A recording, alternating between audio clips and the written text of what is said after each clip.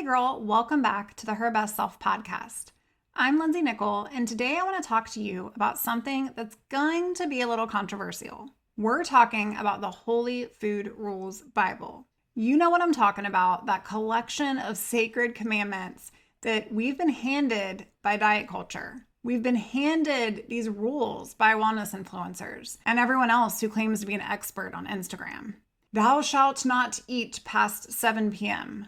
Thou shalt walk 10,000 steps a day. In today's episode, we are going to debunk some of these rules. Let's do this. Hey girl, welcome to the Her Best Self podcast. I'm Lindsay Nickel, former competitive figure skater and perfectionist, turned God-led imperfect boy mom and digital CEO. If you find yourself constantly thinking about food and wondering if you'll wake up one day free from the obsessive thoughts and behaviors controlling your life, then I've created this podcast for you. Because I know exactly what it's like to be a downright hot mess, trapped in a destructive cycle of disordered eating. I finally found freedom, and you can too, girlfriend. So if you're ready to heal your relationship with food and body and break the chains of control and show up in your best health, then grab your favorite Tarjay journal and let's get to it. So you can start living your best life as your best self. Welcome back to the show, friend. I am so happy to have you listening today. Happy Friday. You have arrived. So I'm going to dive right into our content today because I have a lot to cover. But if you're a rule follower, then this episode is going to hit home for you. I have always been a good little rule follower, and I have always believed every single rule. And sometimes I even believed rules that I didn't question simply because other people who I respected or admired projected their own beliefs and rules onto me. You see, I was the good girl. I followed rules religiously, and I never questioned why I gave so much weight to certain ones. In fact, macros, fasting, carb cycling, I idolized these rules as my absolute truth, which is exactly what eating disorders do. They take arbitrary rules and they turn them into the gospel.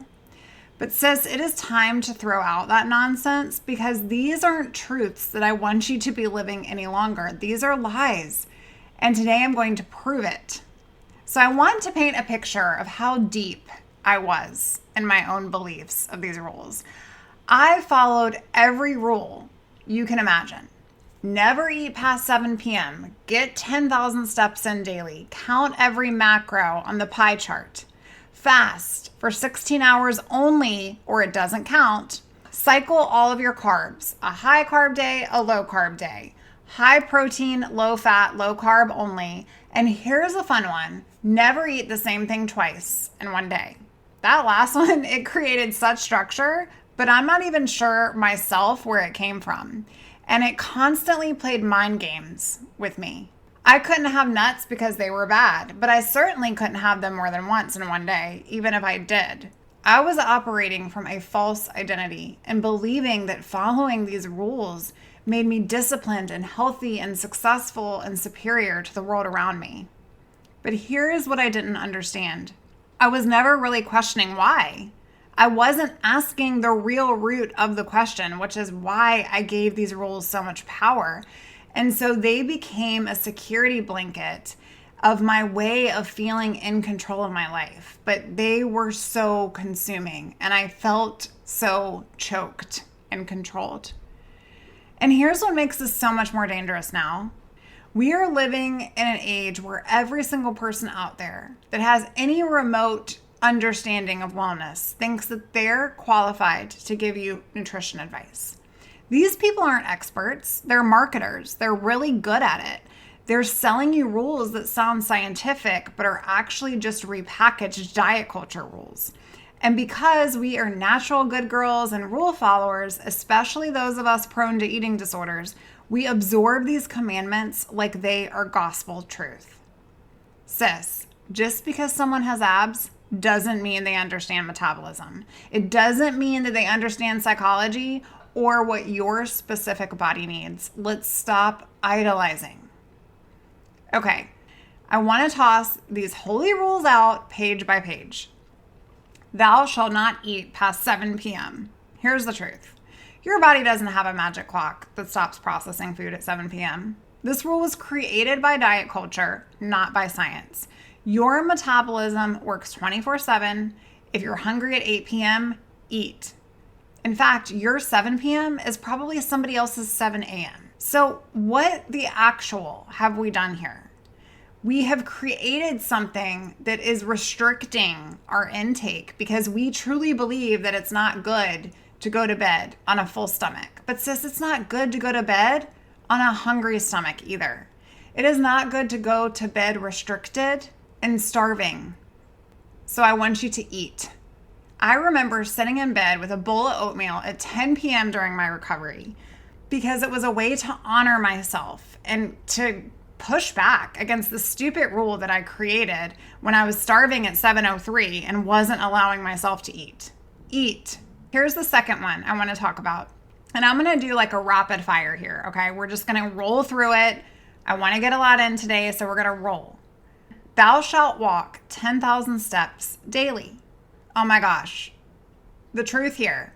This number literally came from a 1960s Japanese marketing campaign for a pedometer. A pedometer called Manpoki, which translates to 10,000 step meter. It had nothing to do with health research. It was marketing. And guess what? It got all of us. Here's the next one. Thou shalt count thy macros. The truth. Your body doesn't care about perfect macro ratios. It cares about adequate nourishment.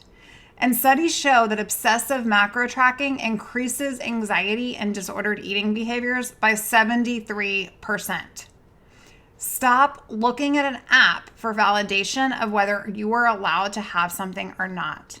You are, simply because you're alive. Sis, your body needs nourishment. We've got to get away from metrics controlling our lives. Here's another one. Thou shalt fast intermittently. Okay, the truth here. For women, especially those with eating disorder history, intermittent fasting, it can disrupt your hormones, increase cortisol, and trigger the binge restrict cycles. Your great-grandmother didn't need a fasting window. She ate when she was hungry, and that's all I'm going to say about that. Thou shalt cycle thy carbs. This one is one of my faves.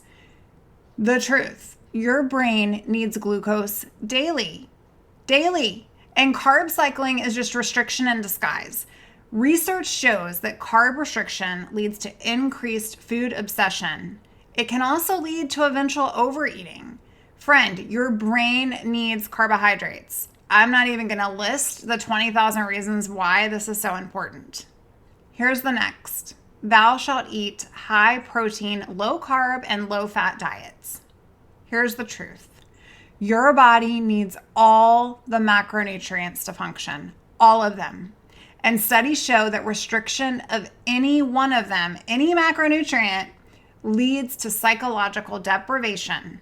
Okay? It leads to deprivation. Your body also is going to be starving if you're not giving yourself what it needs to survive. There's a reason that we need all three of these.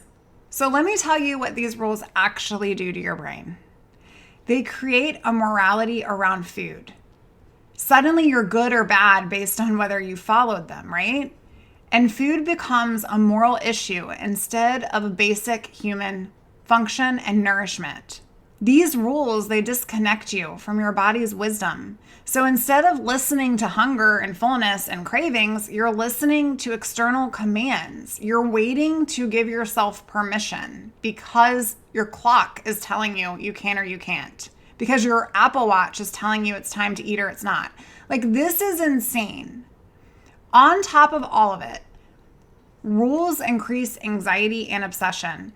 Research shows that following rigid food rules increases ruminating thoughts about food, get this stat, by 400%. I can't even make this up. So you see, these rules, they're setting us all up for failure because they are not sustainable long term. And when you inevitably break them, which you will, even if you are the best good girl restrictor ever, you are going to feel like you failed. We've all been there. But when all actuality, the rules were not meant for you. They failed you, my friend. So I want to share a story from one of my clients who recently told me, for years I was trapped by strict rules, by fear foods and compulsive exercise. I lived in a state of feeling okay while being completely controlled by these arbitrary commandments. And I followed every single rule religiously, thinking they were keeping me healthy. But here's what I realized. I wasn't healthy at all. I was anxious and obsessed and missing out on life. And it wasn't until I saw the impact this was having on my husband and my daughter that I knew I couldn't keep living this way. Working with Lindsay, I learned to question every single rule, and we replaced each one with body wisdom. Now I eat when I'm hungry, I move because it feels good, and I'm finally present for the people that I love. Friend, that can be you. It should be you. And that's what happens when you throw out this Holy Food Rules Bible, you get your life back. So here's what I had to learn. I needed to cancel each rule out and replace it with a better version because I couldn't just simply retire it and live life, right? We do need rules to function well in the world and to set standards for yourself. And my God, I am a high achiever and I know you are too. But we need a rule that your future self, your future recovered self should operate by. So instead of no eating past 7 p.m., how about I eat when my body needs nourishment, no matter the time? Instead of 10,000 steps daily, how about I move my body in ways that feel good to me? Instead of count every macro, how about I nourish my body with variety and abundance? Instead of fast, you must fast for 16 hours. I turned this into I honor my hunger whenever it shows up. And instead of never eat the same thing twice, what helped me was when I reframed it to I eat what sounds good and satisfying. Sis, these aren't rules, they're principles. And principles give you freedom while rules give you prison. So instead of it being so absolute and black and white, we have to operate from a growth mindset, a gray mindset. I know what you're thinking, Lindsay, without these rules, aren't I gonna lose all control and blow up? Won't I just eat everything and gain a ton of weight? Friend, with all love and respect, that is fear driving. That fear is your eating disorder talking. That fear is what is keeping you exactly where you are. And here's what you need to hear. Rules create the very chaos they promise to prevent. They create the chaos. When you restrict, your body fights back. When you follow these commandments, you disconnect from your body's actual needs. That's why so many people come to me and they go, Lindsay, I'm not hungry. Why should I eat right now? How do you expect your body to give you hunger cues when you have blocked those cues for years? True control comes from trust, friend. Trust is your body's innate wisdom to guide you toward health and a better version of yourself. So here's what I want you to do. I want you to write down every single food rule that's popping in your mind today. Every rule that you've currently been following. Every single commandment from your Holy Food Rules Bible. Maybe it's you don't eat if other people aren't eating. You don't drink your calories. Maybe it's you have to exercise a minimum of at least 30 minutes every single day. Maybe it is no bread, no pasta, by gosh, no potatoes, no rice. And who eats beans? Maybe it is you don't eat out at restaurants unless you order a salad with dressing on the side. Maybe it is use fat-free, sugar-free, zero-calorie as much as you can. Sis, what rules are you carrying? I want you to pick one rule to abandon completely this week. Just one. Just one. We're not going to go overboard. We're not going to do it all. I want you to pick one. If your rule is no eating past 7 p.m., I want you to replace it with I eat when my body needs nourishment. And I want you to do the hard thing. Eat at 8 just because you're a bad bee and you deserve it. If your rule is to get 10,000 steps daily or 12,000 steps daily or however many steps daily, replace it with, I'm going to learn to move in a way that can feel good. I'm going to learn to move not out of obligation. And then I want you to pick the day. I want you to be determined not to hit that step count and talk back to that voice inside of your mind. Start with one rule. Throw out one page of that Bible, friend. And if you're ready to toss the whole daggone thing and you want support in replacing these diet culture rules with body trust, I'm here for you. Head on over to herbestself.co. Fill out a client application. I am about to go on a spring wait list, so you'll want to do that as soon as you can. Because sis, you don't need more rules. You don't need someone else telling you how to run your life, including the thoughts that live in your mind trying to run the show for you any longer. You need someone who will help you remember that your body already knows what it needs. You just have to trust it. It's time to stop worshiping at the altar of diet culture and start trusting the wisdom that you were born with. The Holy Food Rules Bible, it has controlled you for way too long, and it's time to build something better. I hope today's episode has encouraged you, has given you a takeaway for this weekend and into the next week. Until next time, love, I so adore you. I'm honored that you listen to this show. I'd love to hear from you. You've totally got this. I'll talk to you soon, girl. Bye for now. Oh, friend, thank you so much for letting me share what was on my heart today. My hope for this podcast is to help more women find freedom from food and body. If this has empowered or blessed you, let me know. I'd be honored for your rating and review of my show, and I'd love to connect with you in my private Facebook community. You really can move from perfection to purpose. Let's break the chains together. I'll help navigate the way.